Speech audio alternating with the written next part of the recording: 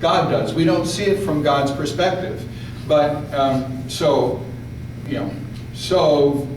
natural disasters happen to people, and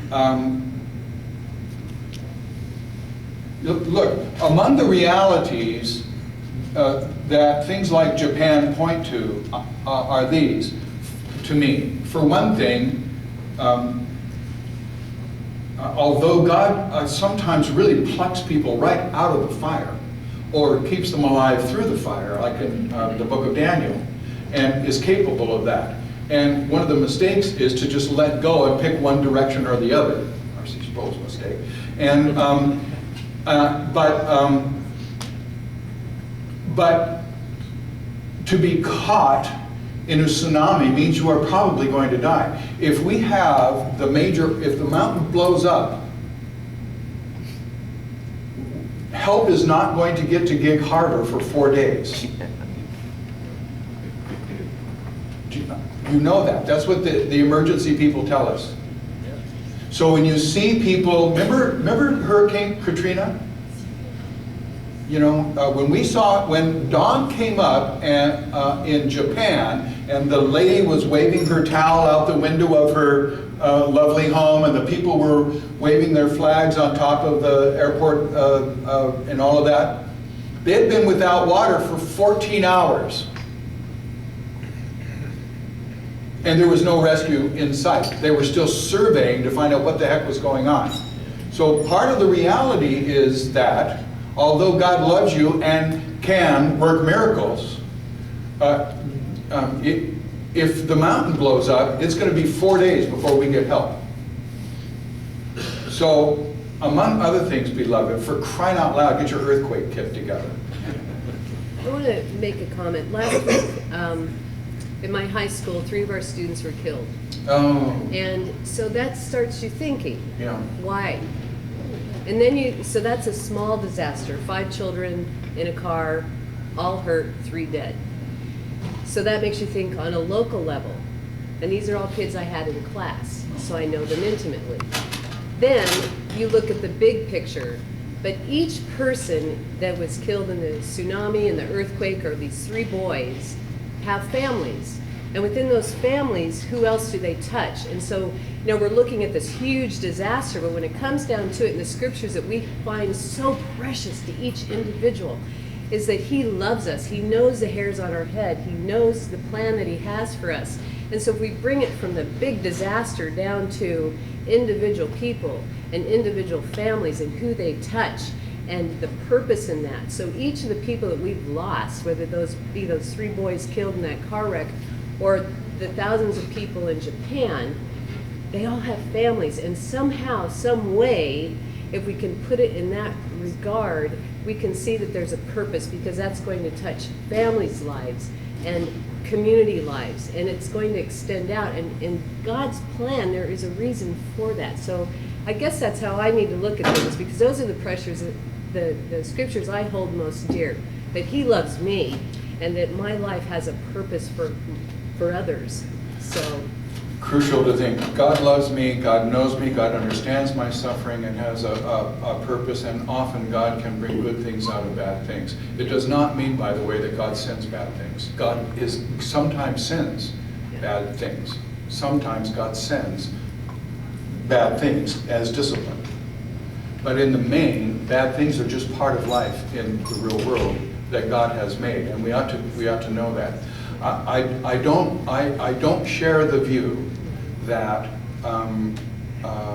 there is always a reason for things. In my experience, some deaths and some illnesses, the cost of the lesson learned is too vastly out of proportion to the lesson learned. And my experience with suffering is that some people learn horrible things from suffering, such as, this is a sucky place to live, it isn't worth being alive, you know, God's a rotten God, and I hate everybody, so I'm just living for myself. I mean, you know, in the end, Camus' The Plague says it makes equal sense to dance on the graves of the dead or to help the sick. You know, both are equally sensible responses, but because there's a God, they are not equally sensible. So, but honestly, and I will tell you, if you think about it, beloved, you will see that we do not get to choose how we die. And if you know enough people who've died, and pastors and doctors and nurses and so on know more people than most, you will see that there are unpleasant ways to die, lots of them. You know, would I rather die of cancer or Alzheimer's? No, I'd rather die at ground zero when the atomic bomb goes off. Gone. No suffering, just gone. That's how I would like to die. But don't get to pick. Don't get to pick. Alzheimer's is its own terror. Cancer is its own terror. Heart attacks are not fun, but they're over with relatively quickly usually. Stroke, oh boy, now that stinks. You know, humiliation goes along with that. I mean, so you get the point. You know, we don't get to pick. And there is something, and I mean, part of my way of talking about that, and you can decide whether or not to begin gathering the twigs for the fire that will burn me as a heretic. But my observation is that it's dangerous to be a human being. There are dangers inherent in being a creature. There are dangers inherent when God creates anything beside himself. And part of the answer for me is that God does love us, and God shares our suffering, and God will have the last word. And I, most of the time, find that enough. Occasionally it gets bad enough that although my head gets it that's enough, my gut has a hard time with it.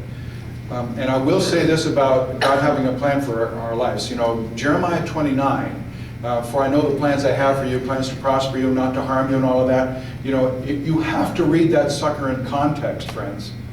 The context was, to the current generation, you're going to die in Babylon. But your kids are going to go home, maybe your grandkids. So I have a plan for you, but it's a 70-year plan. So in the meantime, pray for Babylon. Because if it goes well with Babylon, it'll go well with you. And my general response to that is, what the heck kind of plan is that? So there is, you know, and you think about Iraq then, to shift the ground a little bit. Now, and Burma. I mean, the issue in Iraq, what have you observed there? You know, a popular uprising, great hopes. Gaddafi is crushing the resistance. In Libya. In Libya. What did I say, Iraq? Yeah. Thanks. In Libya. And there are historical things in the Arab culture that damage the likelihood of the success of the rebels, who I think, you know, they're the good guys. I think even God thinks so. Now, they're sinners, of course, just like us, but still in all. And it's not clear that Europe is willing to pay any price for anybody's comfort but their own, to tell you how I feel about it, and Europe. And who did the exact same thing in Srebrenica and you know, that whole part of the world where there was their stinking backyard. They just didn't find it convenient. Who wants to pay for that? And how can they pay for that? But the United States is overextended. We pull our observational aircraft out of Afghanistan and out of Iraq. We jeopardize our success there in order to put it in Libya to do a no-fly zone. We're the only ones willing to pay the price for it. Europe has the equipment and won't do it. And the Arab world finally got off its duff and said, you know, we'd like a no-fly zone. If something doesn't happen. Yeah, and please, would you do it? Yes, right, and we're mad at the United States because you haven't swooped in to rescue us, you know, and all the rest of it. The psalmist prays, I couldn't find it this morning because once again, you know, I'm such a snot that my concordance doesn't like the passages I need to find, because I don't do standard theology. You know, break the arm of the wicked, O Lord, is one of the prayers of the psalmist. Break the teeth of the wicked, O Lord, is one of the prayers of the psalmist. Now you can decide whether or not that's good theology. And the way we decide theology, by the way, is not to quote the Psalms. The psalmists are ragtag theologians. They are great at letting us know what can be prayed, but the answer to which is pretty much any wretched thing you can imagine or anything lovely you can imagine. But they are lousy theologians occasionally. And we always test our theology through Jesus and the letters of the New Testament and the stories of the Old Testament. And that's how we decide whether the psalmist is on target or not. But we know we can pray that God will break the arm of guys like Gaddafi. And we may even be able to pray that in Jesus. That's a little more debatable. But whatever else it means that rebellions are dangerous. And the law and the history of your civilization may be significantly determinative of your ability to get political freedom. It's not an accident that South America is a very difficult place to run a democracy.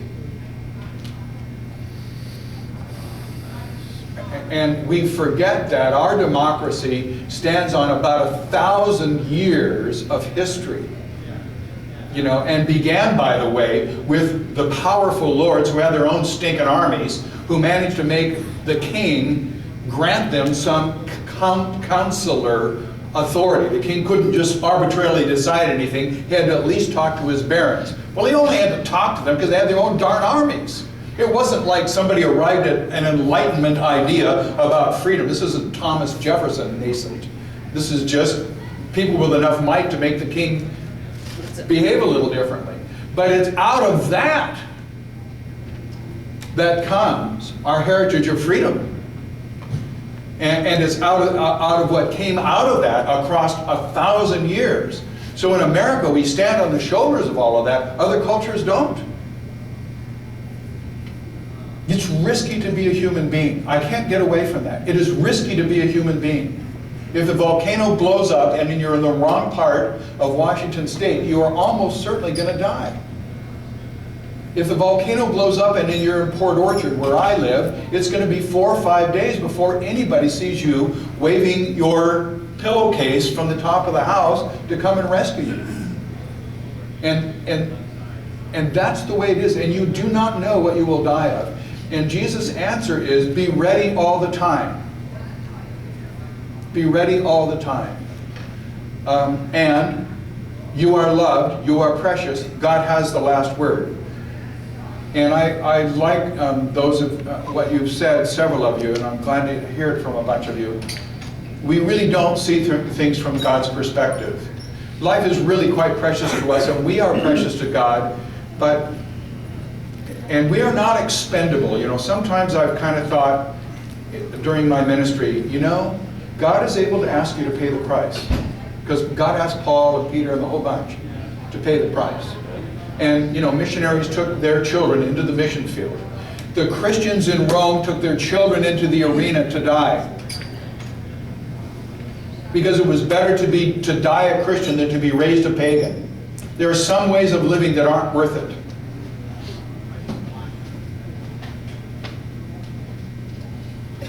And that is somehow the nature of the world. And the book of Job pounds away every baloney answer and every pious answer until we're left with nothing except what a couple of you have said, and that is,